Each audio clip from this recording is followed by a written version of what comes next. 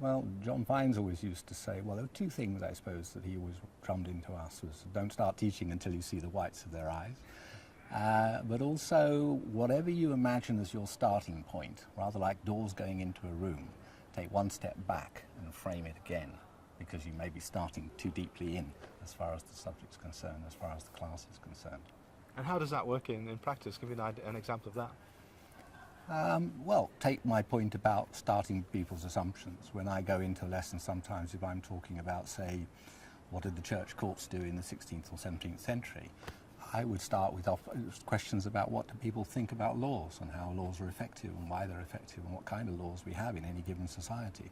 And then I would go back in terms of what I want them to then think about in terms of, okay, how's the law operating in the 17th century?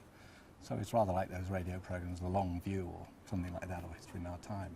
I think those sorts of techniques are very good.